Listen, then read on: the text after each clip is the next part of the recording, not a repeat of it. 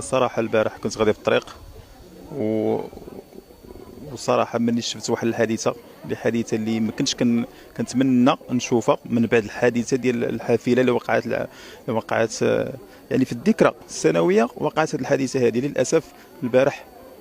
وقفت ملي طليت من الفوق كيبان لي بنادم مشتت، بنادم ميت، بنادم مجرحة، بنادم كذا. ملي هبط لتحت، ملي كتشوف وليدات صغار مليوحين تما ميتين للاسف حسب مصادر اللي سمعنا من تما من الناس بان مول الكونغو كان هاز 14 عائله وحده توفوا منهم 9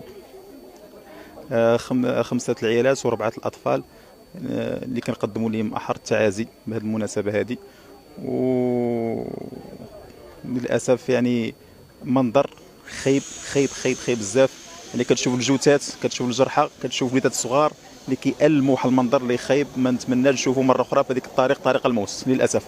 الحادثه كان السيد مول الكونغو جاي كيفاش زرقات به الطوموبيل، ضرب في هذيك المرسيدس من الحجم الكبير، ومن ضرب فيها صافي عاود رجعات بحال رجعات ضوبله تما تلاحت صافي ويتلاح بنادم. من تقلبت الطوموبيل صافي تلاح بنادم تما بالك مشتس.